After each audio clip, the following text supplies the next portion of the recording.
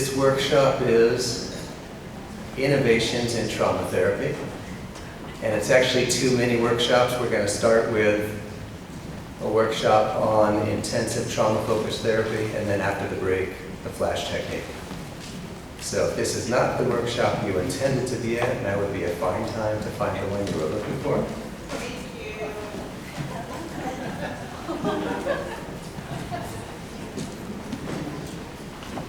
So,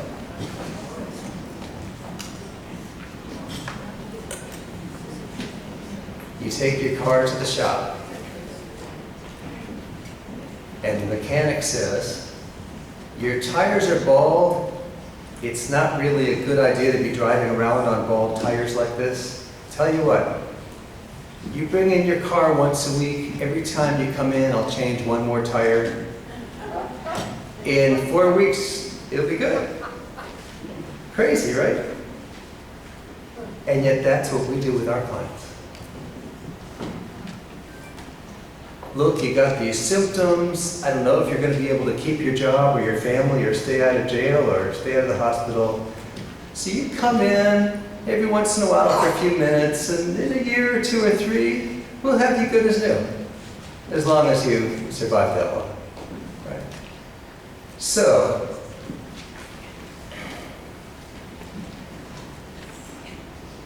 I want to talk about an alternative to our current model and why it makes sense now, even if it didn't used to make sense before. There are two lines of development in the psychotherapy field. One line is what you might call a generic treatment approach. For example, psychodynamic therapy is a generic treatment approach for many types of problems. On the other hand, a lot of the treatments you see written up in the journals are for diagnosis-specific treatments.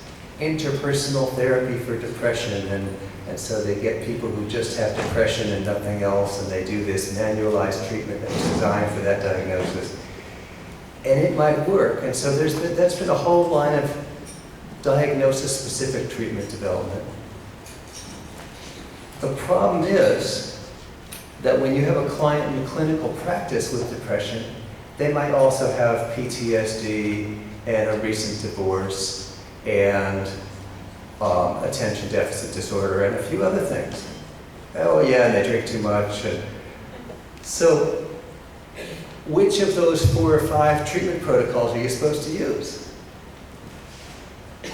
So in the last decade or so, these two lines of development in psychotherapy have been coming together because the diagnosis-specific treatment people are saying, hey, wait a minute, we've got like 56 different treatment approaches, treatments for specific things. Nobody's going to learn 56 treatments. And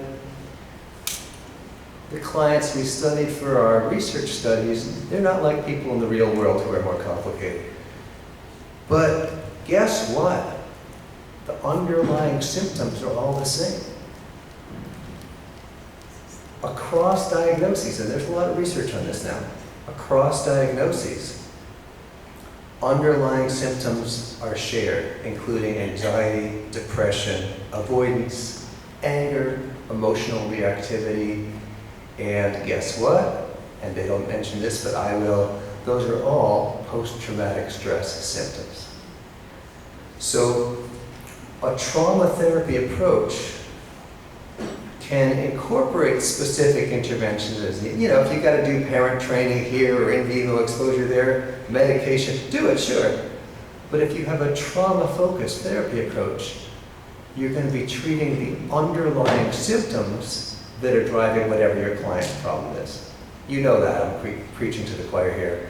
But all the same, this is how we're seeing the CBT people that are saying, oh, look at all these underlying symptoms. Let's develop a generic treatment approach to treat those underlying symptoms. Well, guess what? We have one. It's actually called healing the trauma, and then the underlying symptoms melt away. So, a trauma-focused treatment is a really good generic treatment approach for a wide variety of diagnoses. The way this works is when somebody has a memory that has hurt them in some way, has an experience that wounds them in some way, they can either digest it, kind of chew it up, integrate it, grow from it, become stronger, or it can be a shock to the system that kind of gets pushed aside and then becomes a psychological wound that creates the symptoms.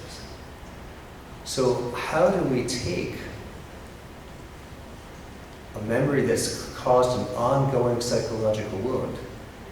How do we get that out from behind the wall that it's got pushed behind and guide our client to chew up the bites and digest it, heal from it?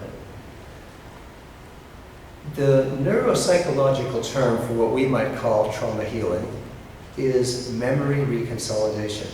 And by now there's a definitive body of research specifying the sequence of experiences the brain has to have to go through this process. Now, EMDR is one of the leading methods for facilitating memory reconsolidation.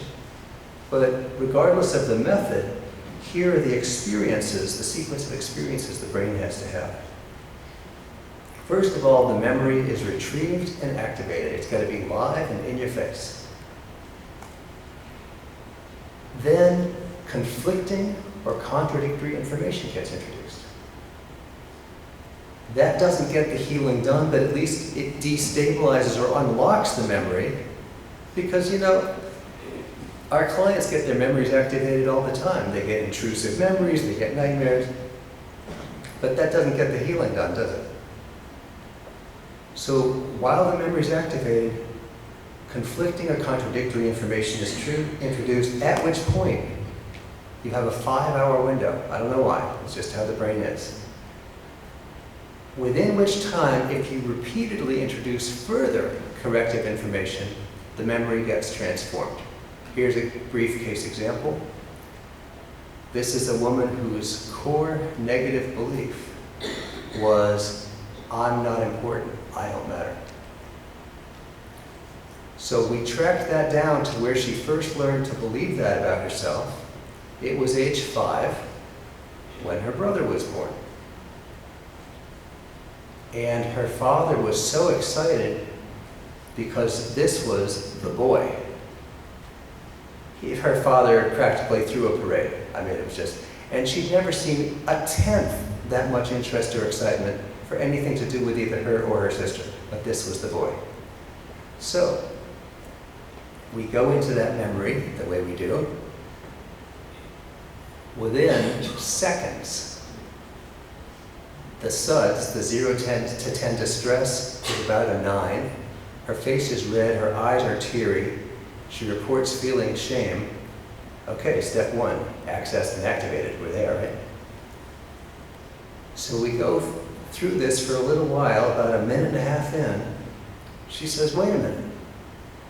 My uncle was crazy about me. He thought I was the greatest thing since sliced bread.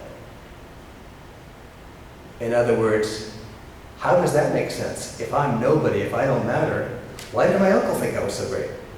There's your conflicting or contradictory information. Now, of course, we don't wait 5 hours. We just go right back in and right back in and right back in. And, you know, you think Google's cool. Google's got nothing on brains, as you know, right? And our clients are so good at searching for what they need and coming up with it. And over the next 22 minutes, she came up with one bit of corrective information after another. There was this friend I had, this achievement I did, this place that I had responsibility, until after that 22 minutes, the distress level was a 0. She's not feeling ashamed, she's not putting herself down. Now she's saying, what a pathetic guy that father of mine was. He didn't even know how to love his own kids. So, you've seen this over and over, right? This is what we do. That's the technical term describing that client's experience is memory reconsolidation. You go through these steps to get the trauma healing done. So, Why are we only changing one tire a week for our clients? Why do we do these 50-minute, hour per week therapy sessions? There's actually some good reasons. First of all, they are really good for certain types of things, certain types of work. Incremental work, supportive work, coping skills, relationship stuff where they've got to try something out, live with it for a while, come back, talk about it, let's tinker with that, try the next thing. So that, there are some circumstances where that hour per week is perfect. Also, insurance companies pay for these sessions. And many or most people can't pay for themselves. So this is how we make a living, and this is how our clients access our treatment. And if this is what you're doing with all your other clients, you have that Tuesday 11 o'clock slot. Somebody can fit into it. And this is how we fill our schedules and run our workday. Oh yeah, and this is what we're used to doing. However, there's nothing about trauma healing, about memory reconsolidation, that requires us to chop it into little chunks like that. So the advent really of EMDR and then of other efficient, effective memory reconsolidation facilitating methods, such as PC and several other methods, the advent of these methods has made an alternative approach possible where clients can tolerate doing more than 45 minutes at a time. The brain doesn't require us to chop it up.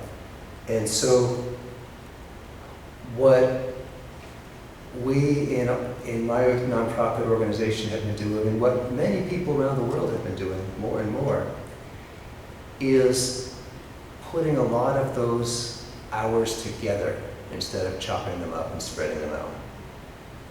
What are the advantages to working a lot of hours in a day with somebody, doing EMDR or PC or something like that? Well, this is a temporary advantage until it's available everywhere. It allows you to see the person you want to see, even if that person's 2 hours away or 6 hours away. You can't see that person for an hour a week because it takes your whole day to get there and back. But you can go once and stay over for a few days and get it over with. So it allows you to access a specialist or a person you want to work with. And for those of us who are in the field, as much as we may trust our colleagues, we probably don't want to work with somebody that we're going to see at the next conference. So it allows you to go out of town and get your work done. If you ask 100 people who need therapy, do you want to get the final results of your therapy in a week or a year? Probably 99 or 100 of those people say, in a week would be fine. Let's get it over with. I want to feel better now. I don't want to have to drag this out. And by the way, for some people, waiting a year is very costly. For some people, it's just, yeah, I'll feel a little bad for a little longer. But for other people, it means losing their freedom or their family or their job or their academic progress. So not getting your therapy done can be very costly. You get a much lower dropout rate when somebody arranges for childcare, takes a few days off of their job, and just commits to plowing through their stuff. You don't get the issue of people getting halfway better and saying, I'm good now, I guess I don't have to keep doing therapy anymore. You don't get the issue of people's life crises interfering so much.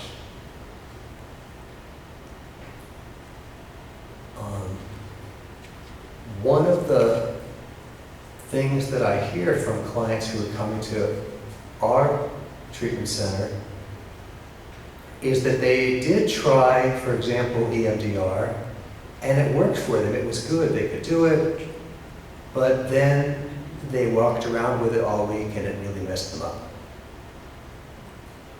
And that doesn't mean the therapist did anything wrong, because we are taking the last several minutes of our sessions to kind of help the clients pack it up and regain composure, and we prompt them on their coping skill, but that doesn't always work.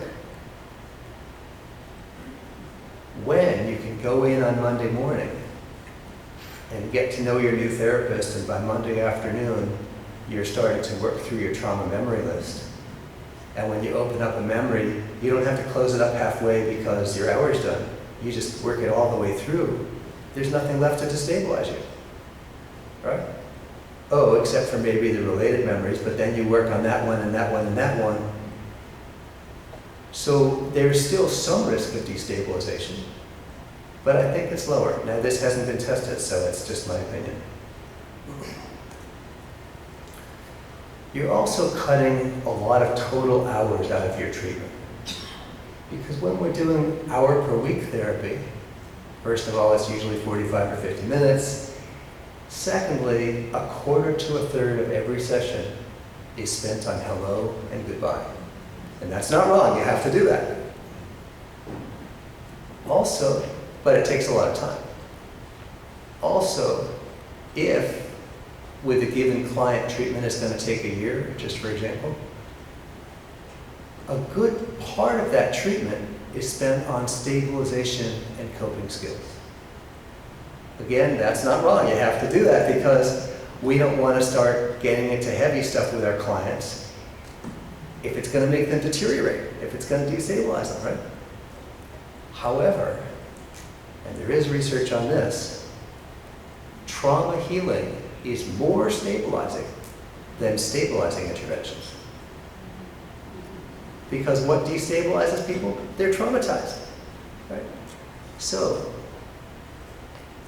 you don't have to do, with some clients, you don't have to do any coping skills in the intensive format. With some, you still have to do a few, but you're cutting it way down because you're going to help them heal from their trauma so quickly that they're not going to need a lot of the skills that they would have needed if the treatment was going to take a lot longer. So it's kind of like binge watching a season of a TV show. No ads, no recaps, it's just all progress.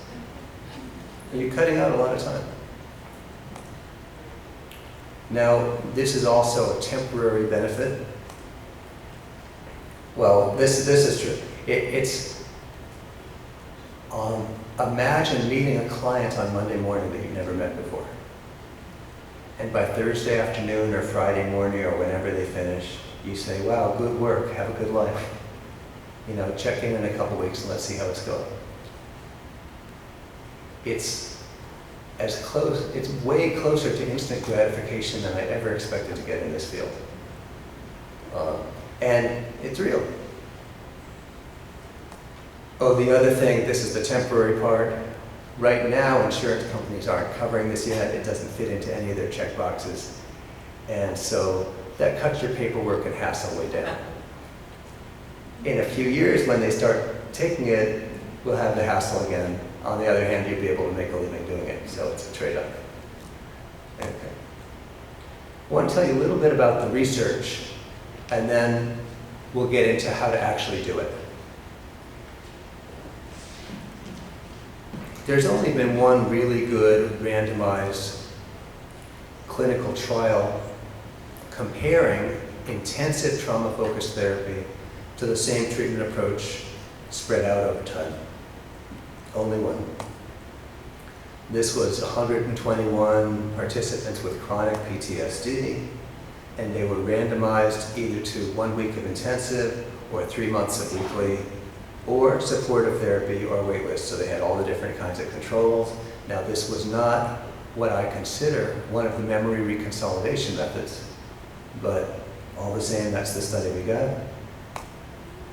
At 40-week follow-up after the treatment was done,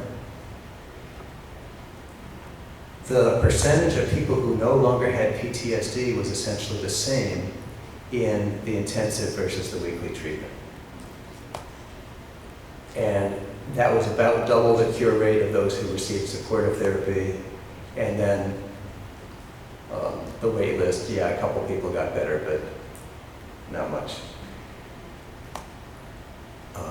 We also have a lot more research on our website, and I won't get into it here. I will tell you about one more study that we've recently submitted for publication. So I work with Trauma Institute. We got a grant from VOCA to provide free therapy to victims of crime. And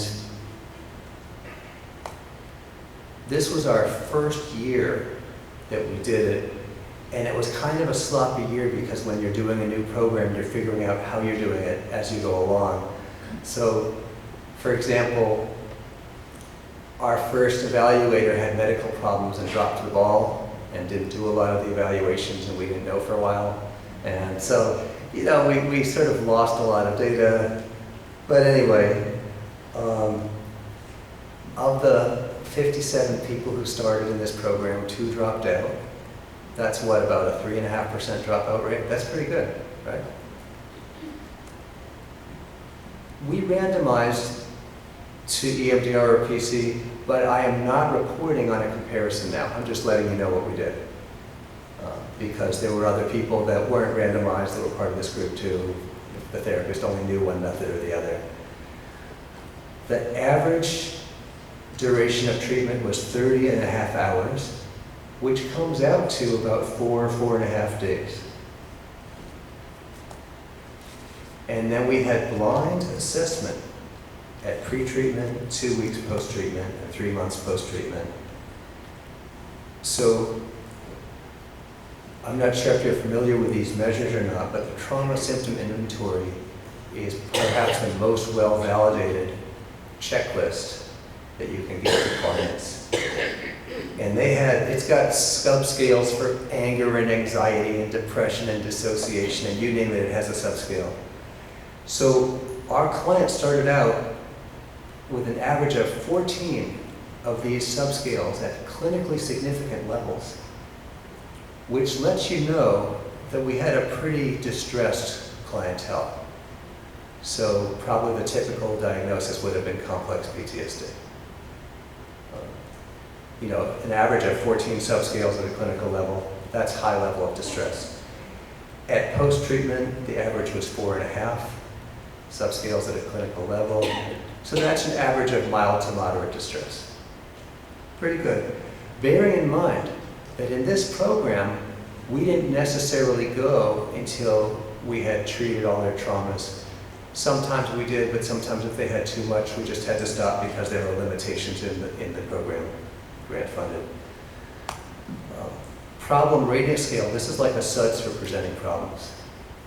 So what are your primary presenting problems? Trouble sleeping.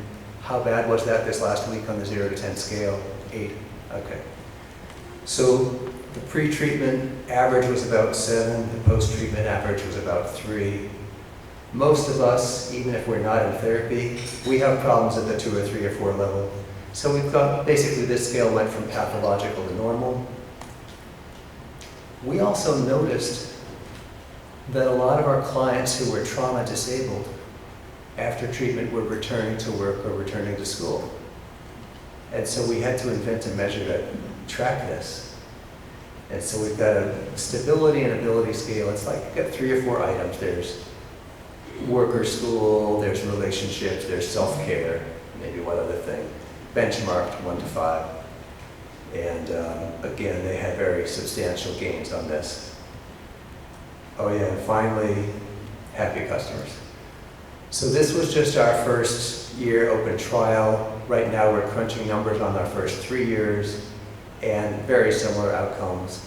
And when we looked in the literature comparing these outcomes and effect sizes to what people are getting from doing more conventional types of treatment with EMDR or similar methods, it's the same outcomes. And as we look in the literature on, you know, there are about 20 studies out there of intensive trauma-focused therapy. And what we're seeing across the board is that the outcomes are equivalent to the same therapy delivered in the weekly format. It's just quicker. So,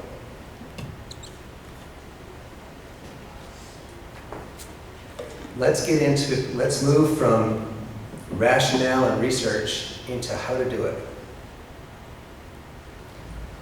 We interview our clients typically by phone before we let them become our clients.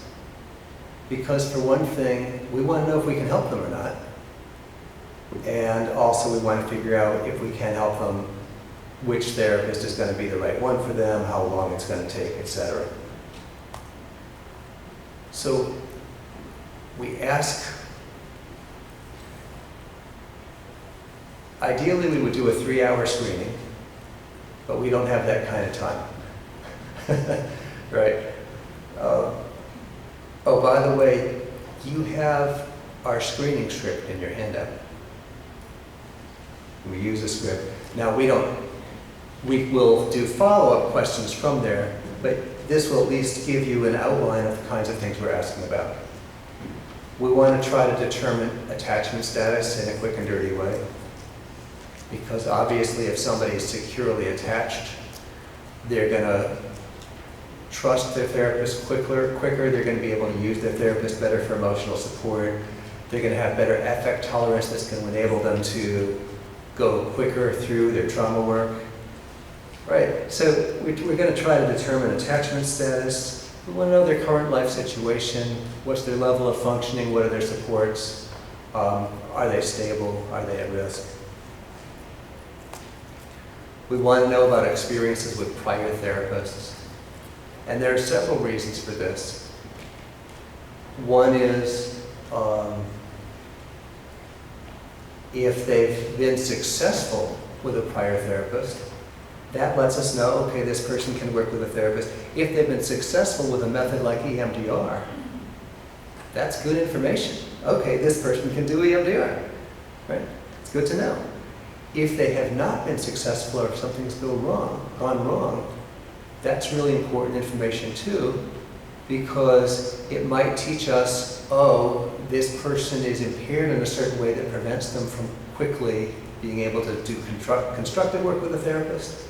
Or, more often, it's going to be that another therapist, for example, jumped in on the worst memory or let the client choose which memory to work on. And that can work, but in my opinion, it's kind of reckless and it can blow up. And so if this client had a bad experience with somebody that works a different way than we do, we can say, oh, that happens sometimes when a therapist works that way. Let me tell you how we work. And then they have a way of understanding that it might be a different experience this time. We want a very brief outline, sort of a 30-second version of the client's trauma and loss history, including when it started, and the overview of what kinds of things. So, you know, if the client was neglected and abused from age 2, you want to know that. If the client was in domestic violence relationships for 6 years and just got out last year, you want to know that. We don't want the details because it'll just get them activated on the phone, which is not a good idea. But we do at least need an overview of what we're talking about, because that'll give us an idea of the type of impairment we're expecting and also how much work it's going to be. We want to know about dissociation, because if our clients are dissociating as a routine coping skill, they may not be ready to jump in and do their trauma work. They may need a lot more preparation first, and that might not be suitable for the intensive model. Right? We don't want to say, oh, sure, come, you know, take your vacation, get childcare, and then have them come in and say, oh, sorry, we're not going to get very far this week. That's bad manners. So we want to try to figure out if they're dissociating and how much, etc., so that we can figure out whether we think we can help them and what the conditions are. Okay? So who would we screen out? Clients who might not be safe, who may not have the stability and the coping skills to tolerate whatever activation they may be experiencing in the evenings, in between our sessions.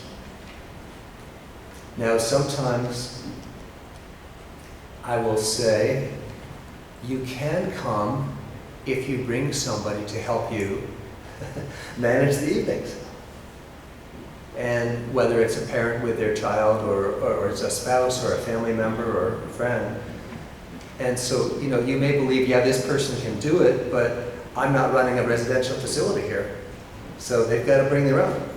And if they can, and if you feel that that's going to be reliable, you can do it. Another issue is clients who are going to need a lot more treatment, and not only further treatment, but sort of urgent treatment that's going to help them remain stable. Because if I'm working with you this week, 9 to 5 every day, which is how I do it, and I'm going home I got kids at home, I don't have time to deal with the client from last week's crisis. There's no room for it in this kind of practice model. And so, if in your intake conversation, you determine that, yeah, maybe you can help a client get over the hump by getting through some of their major trauma, but they're going to need a lot of hand-holding and a lot more work after that, we don't take that client unless they already have a therapist they're working with who can carry the ball after the burst of intensive work is done. So if they already have somebody, that's fine. If they don't already have somebody, we'll say, you know, get started with somebody, work with that person for a month or two, and then we'll talk.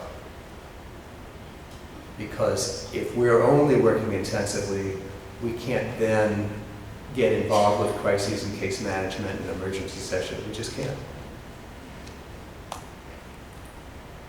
And also, clients who we believe are not going to be able to trust and engage and get into the trauma work quickly enough to make it worth their while to block out that kind of time. Now, you might be surprised at how many highly distressed clients with complex PTSD and some dissociation, you might be surprised at how well most of them do in the intensive format.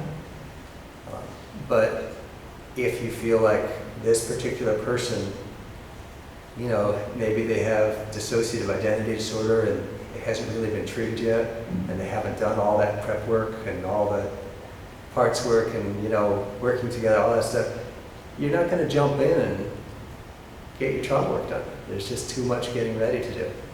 So we don't take people unless we feel that we can help them in this format. People are going to want to know how long it's going to take. Nobody knows, right? I mean, don't your clients ask you how long it's going to take too? And you say, well, I think this is a 6-monther, but I could be wrong by 4 months or a year in either direction. Well, not either direction, but we don't know. But we do have some ideas, right?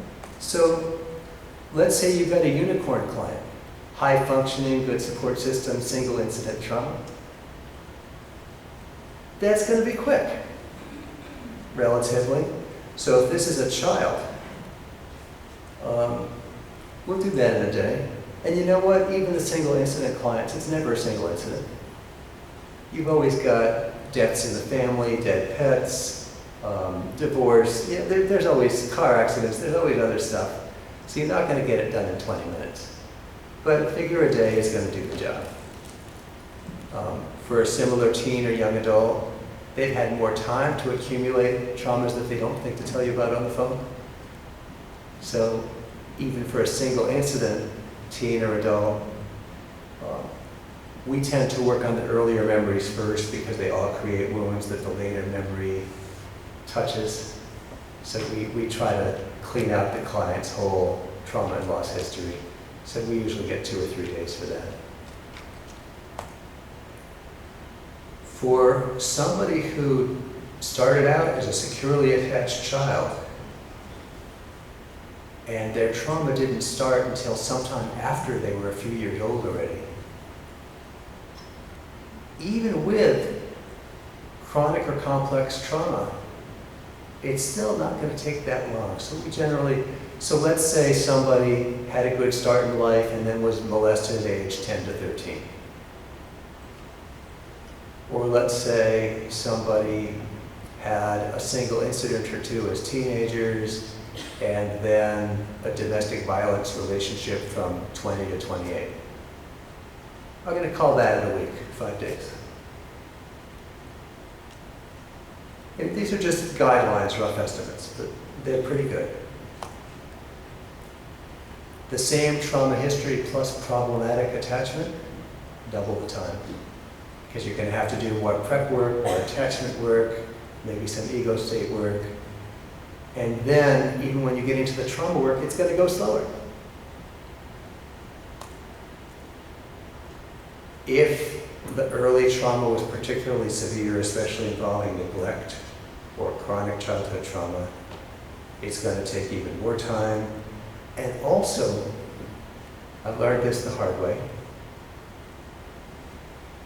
If a client reports significant trauma, and you're thinking that's significant, the symptoms should be this bad, but the symptoms are this bad,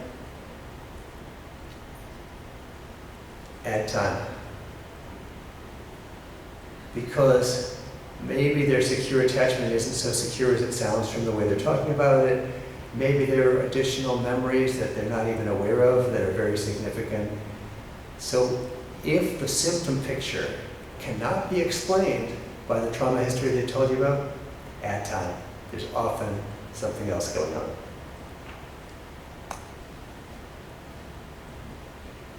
If you're working with children and teens, the parent will often ask you on the phone, how am I going to get them to do this?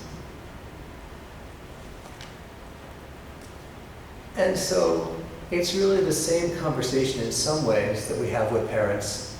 How am I going to get them to come to your office every Thursday afternoon, right?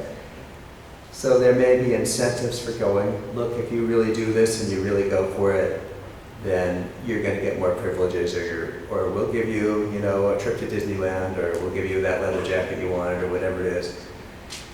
Parents say, what, bribe them? No. Bribery is paying somebody to do something they shouldn't do. Incentives are paying somebody to do something they should do. It's different. It's like getting paid for your job. Consequences for not going. And you have the usual array of consequences for not going, which is go or I'll kick you out of the house, or go or we're going to be in this struggle. But with intensive therapy, you've got an additional consequence, which is comparing to alternative treatment options.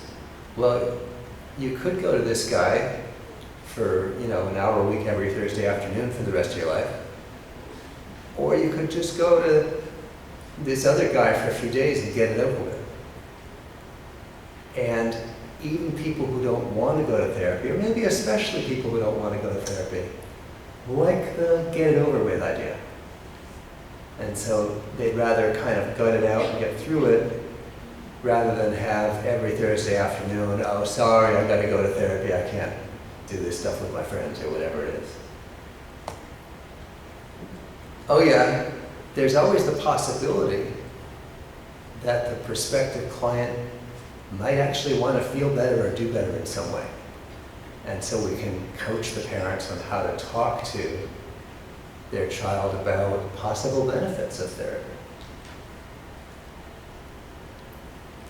And I say this to parents, whether it's the weekly therapy or intensive, and all right, here's my rap on the phone. Write this down. I say to the parent, tell your child, Dr. Greenwald said to tell you that you don't have to say anything you don't want to say. And if you work with children or teens, you know exactly why I'm saying this, right? Because in the car on the way over, the parent is saying to the child, you better tell her this and you better tell her that, right? And the kid's like, oh my God, this is a stranger, and right? And so I want to counteract that by saying, Dr. Greenwald said to tell you. And that takes some of the fear away. And in fact, they don't have to talk about anything they don't want to, and they can still get their work done. So it's not only a useful thing to say, it's also true. We use a systematic treatment approach. It is a version of the EMDR therapy 8-phase model that's more highly structured and scripted, etc. And so we go, you know, hello, rapport building, find out good things about you. We want to get the motivational work done. What are your goals? And let's help you get invested in your goals, and etc. Case formulation. Let me tell you how I'm understanding what's going on with you and how trauma is contributing to your presenting problems, and what it will take to overcome them, including healing from the trauma. So we get from hello through the treatment plan by lunchtime of the first day. Sometimes a little faster, sometimes a little slower, but that's about it. Then, if the client needs attachment work, that comes next. Parts work if it's needed. We don't do much. You know, when I train therapists in how to do trauma therapy, normally this is where you do your stabilization and your coping skills, right? So that people are going to be able to avoid deteriorating while they're waiting for their trauma healing to get done. In intensive, you don't have to do that because you're going to be getting your trauma healing done so fast that they don't need that stuff unless they do, just to get through that intensive treatment. For example, I was working with a young woman whose presenting issue was being depressed following a recent breakup.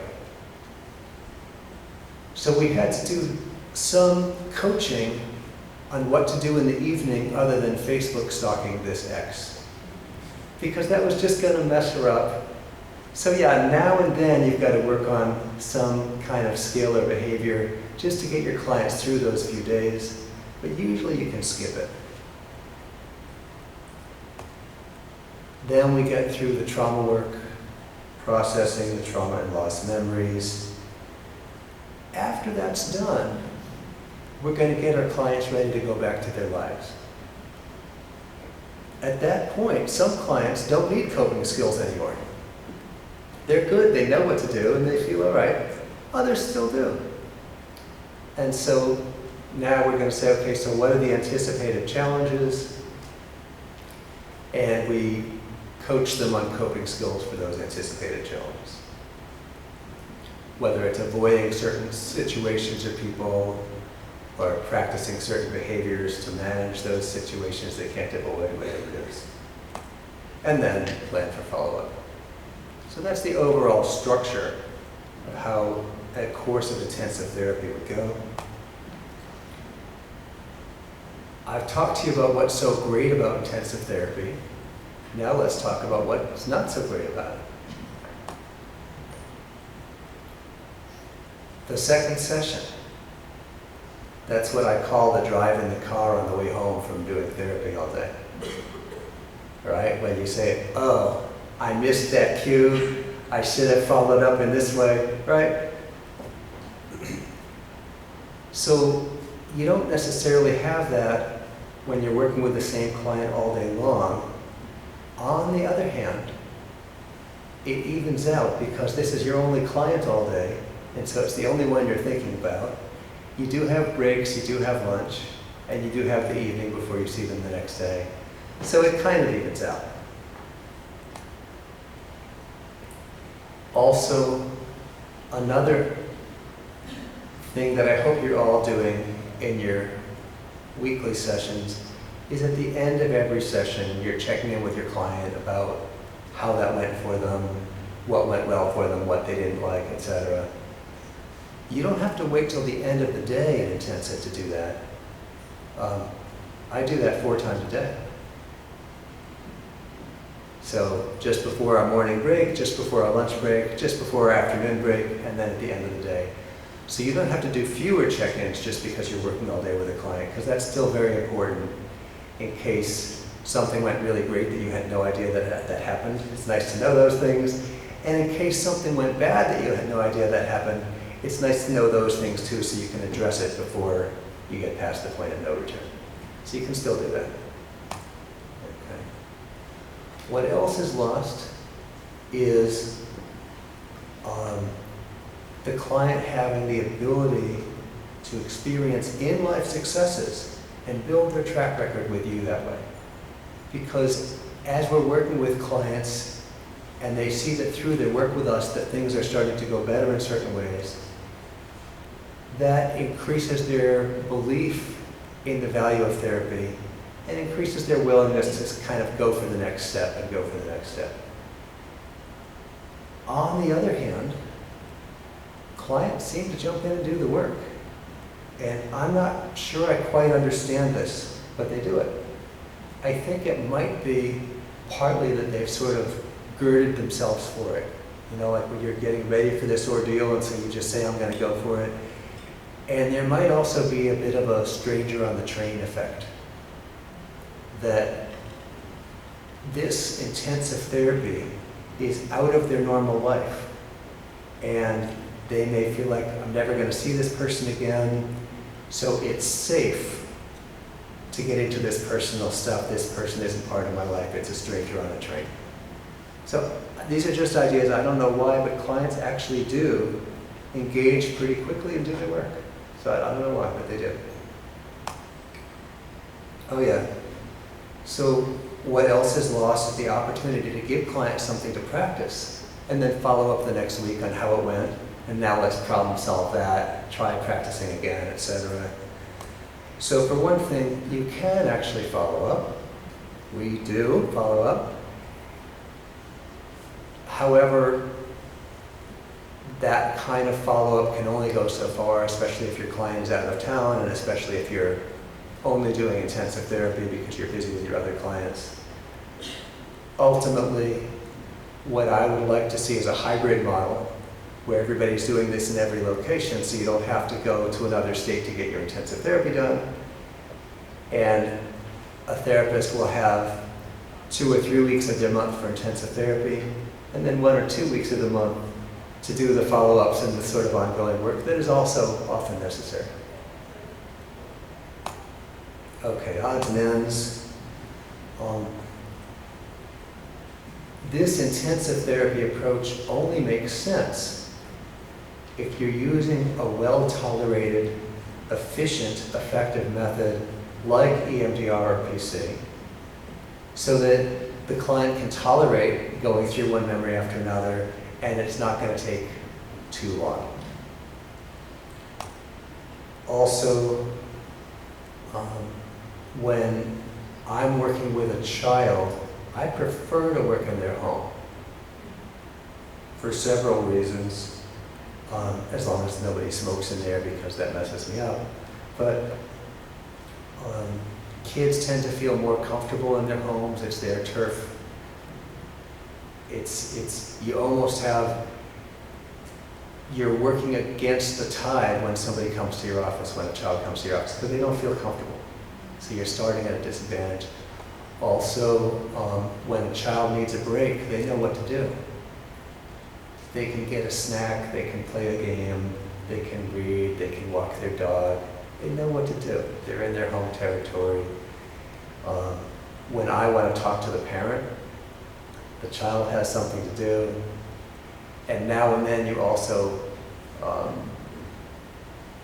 get to work in places where, for example, I worked with one child, a bat came into her bedroom, and that was one of the traumas on her worst things list. We got to go to the bedroom and do the work there. It was pretty cool. So I do prefer working in the home of a child. Also, I want to talk a little about self-care. When you work in an agency, you often have productivity requirements. You know, you're supposed to get 24 client hours a week or 28 a week or whatever it is. In our treatment center, when we're working intensively with a client, I think we're up to, what is it, 38 or 34 hours a week? It's pretty high, it's a lot of work. Now, our therapists are also the happiest group of therapists I've ever met, because it's such rewarding work to meet clients and send them away so much better so quickly. And it's intense. It's intense for us too. And so you've got to take care of yourself. You've got to pace yourself. Now, you know what, if a client's got to catch a 4 o'clock plane and so they've got to leave at 2 instead, and they're paying for the whole day until 5, yeah, I'll have a half-hour lunch. You know, I'll accommodate them. But don't just accommodate, I don't know what the word is, don't do that too easily. Do it in special situations, don't do it routinely. I know, speaking for myself, that I actually need that full hour for lunch. I really need it, because I have a routine, you know, I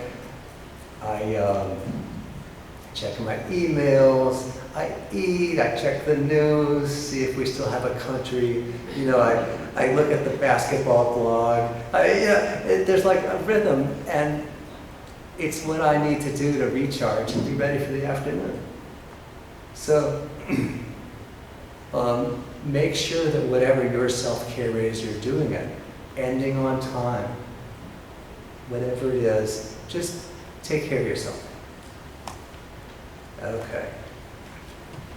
So how do you make this work logistically and financially? You have to have chances to do it.